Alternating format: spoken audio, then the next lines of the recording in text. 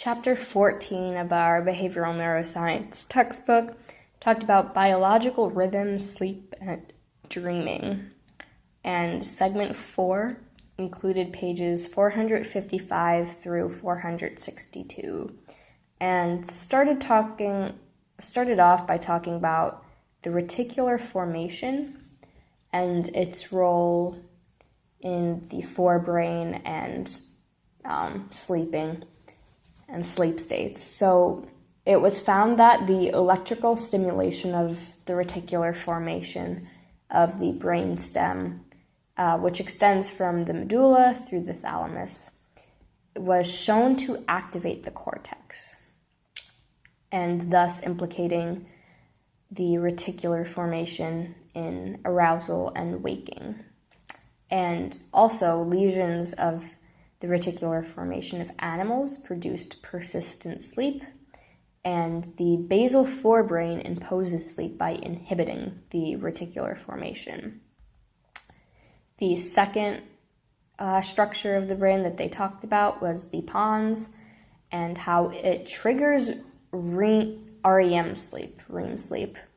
And so large lesions of the pons abolish this type of sleep, or rapid eye movement is what REM stands for. And electrical stimulation can induce or prolong REM sleep.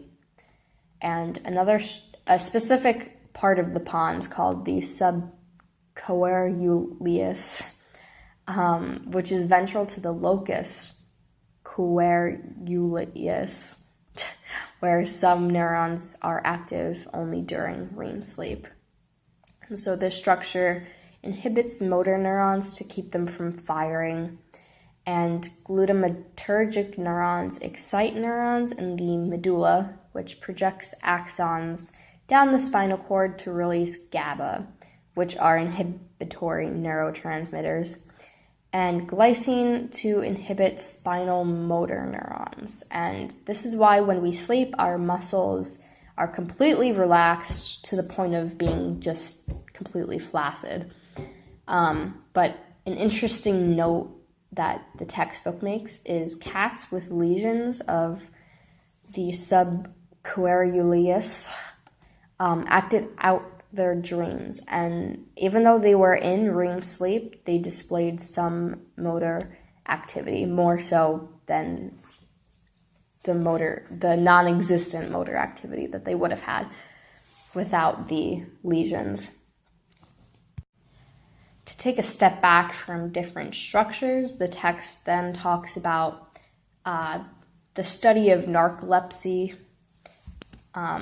which is a disorder that involves frequent, intense episodes of sleep, which can last from 5 to 30 minutes and can occur anytime during the usual waking hours. And so while most people display non-REM sleep for an hour or more before they enter REM sleep, narcoleptics enter REM sleep in the first few minutes of falling asleep. And they also most show cataplexy, which is a sudden loss of muscle tone leading to the collapse of the body without loss of consciousness. And it can be triggered by sudden intense emotional stimuli like getting really angry or laughing too much. And the responsible mutation for narcolepsy has been implicated to be a gene that encodes receptors for the neuropeptide hypocretin or orexin, one that we talked about in the previous chapter about in metabolism. And the degeneration of this hypocretin neurons seems to cause inappropriate activation of the cataplexy pathway that is normally restricted to REM sleep. And so hypocretin keeps sleep at bay and prevents the transition from wakefulness directly into REM sleep. And neurons that produce hypocretin found in the hypothalamus send axons to the basal forebrain, reticular formation, and the subcortical querulus.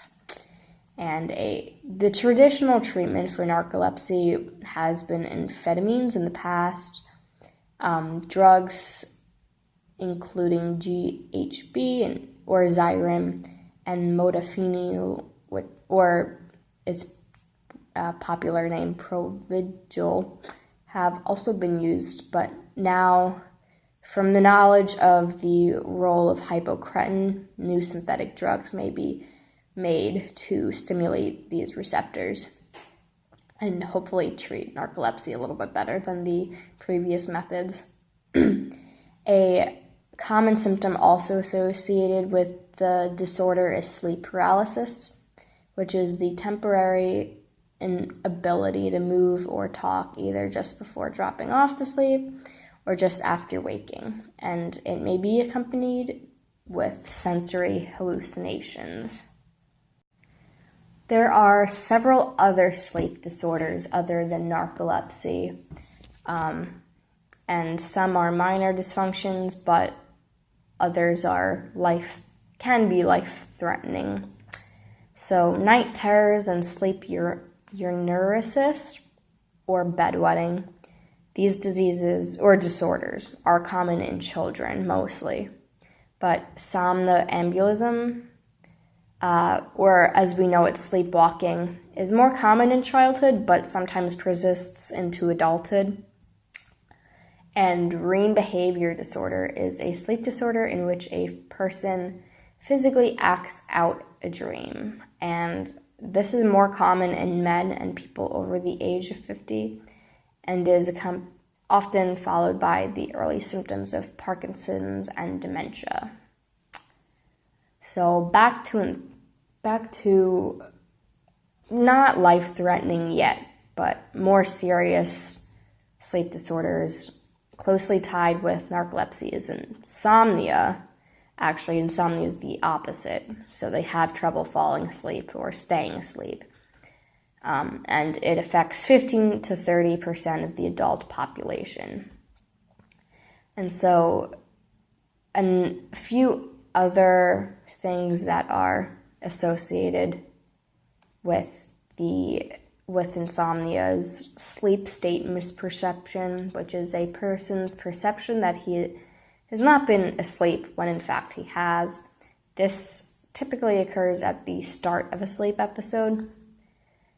Sleep onset insomnia is just the general difficulty falling asleep kind of insomnia. And sleep maintenance insomnia is a little bit different because in addition to there being a difficulty in remaining asleep, frequent nighttime awakenings disrupt your sleep throughout the night.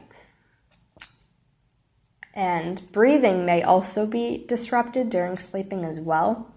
So another disorder, sleep apnea, occurs when respiration slows or stops periodically, waking the person. So excessive daytime sleepiness results from the frequent nocturnal awakening. And interruptions in oxygen in rats can kill neurons in the hippocampus and impair learning ability.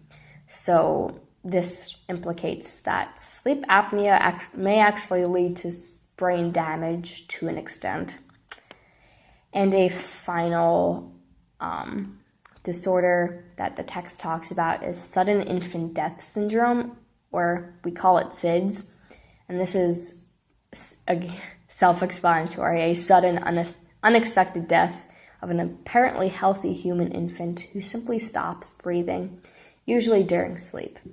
And there have been speculations that SIDS arises from sleep apnea as a result of the immaturity of systems that normally pace respiration.